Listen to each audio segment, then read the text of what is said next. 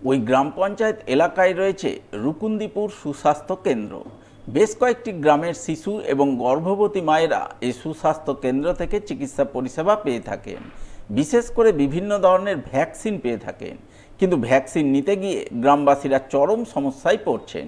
কারণ সুস্বাস্থ্য কেন্দ্রের পরিসর ছোট্ট, যে পরিসরে শিশু এবং গর্ভবতী মায়েদের নিয়ে বসা তো দূরস্থ, দাঁড়িয়ে থাকার জায়গাটুকুও ঠিকঠাক মেলে না। একে অপরের গায়ে গা লাগিয়ে দাঁড়িয়ে থাকতে হয়। তার উপর বৃষ্টি হলে দুর্ভোগ ভোগান্তি আরও চরমে ওঠে, কারণ বৃষ্টিতে সুস্বাস্থ্য কেন্দ্রের সামনে হাঁটু সমান জলকাদা জমে যায়। সেই জলকাদা ভেঙেই ঢুকতে হয় সুস্বাস্থ্য কেন্দ্রে। তাই গ্রামবাসীরা রুকুন্দিপুর সুস্বাস্থ্য কেন্দ্রটিকে অন্যত্র স্থানান্তরের দাবি জানাচ্ছেন। বসার তো কোনো ব্যবস্থাই নেই, জল পড়ছে, বাথরুমের অবস্থাও খুব জঘন্য। মানে বসার ব্যবস্থা হলে খুবই ভালো হয়। এই রাস্তাঘাটের অবস্থা খুব খারাপ। কি জায়গায় খুব ছোট নাকি ওখানে? খুবই কনজেস্টেড এরিয়া, ভেতরে একদম প্রচুর অসুবিধা।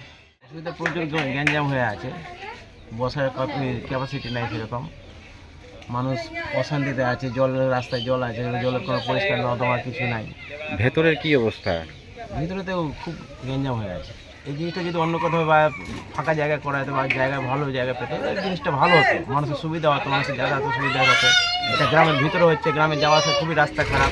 বৃষ্টির দিনে বন্যা লেগে আছে, মনে হয় গাড়ি পাল্টে যাচ্ছে, এরকম হয়ে আসছে। চিকিৎসা পরিষেবা নিতে আসা সাধারণ মানুষজনের সমস্যার কথা মেনে নিয়েছেন রুকুন্দিপুর সুস্বাস্থ্য কেন্দ্রের এক স্বাস্থ্যকর্মীও।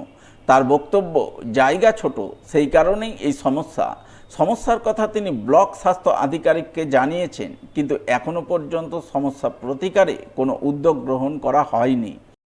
বলার তো কিছু নাই, আমাদের জায়গাটাই হচ্ছে ছোট, ওই জন্য আমাদের বসার জায়গা আছে, কিন্তু আমরা প্লেস করে চেয়ার টেবিলগুলো বেঞ্চগুলো বাইরে দিতে পারছি না, ওই জন্যই অসুবিধা হচ্ছে। আর ওই রাস্তায় জল জমে যাচ্ছে, তো একটু গাড়ি টাড়ি গেলেই সব জল এদিকে ভিতরে ঢুকে যাচ্ছে, মাদের একটু বসতে দাঁড়াতে অসুবিধা হচ্ছে। আমার 5,000 পপুলেশনে কাজ করার কথা, সেখানে আমার 14,000 পপুলেশন আছে।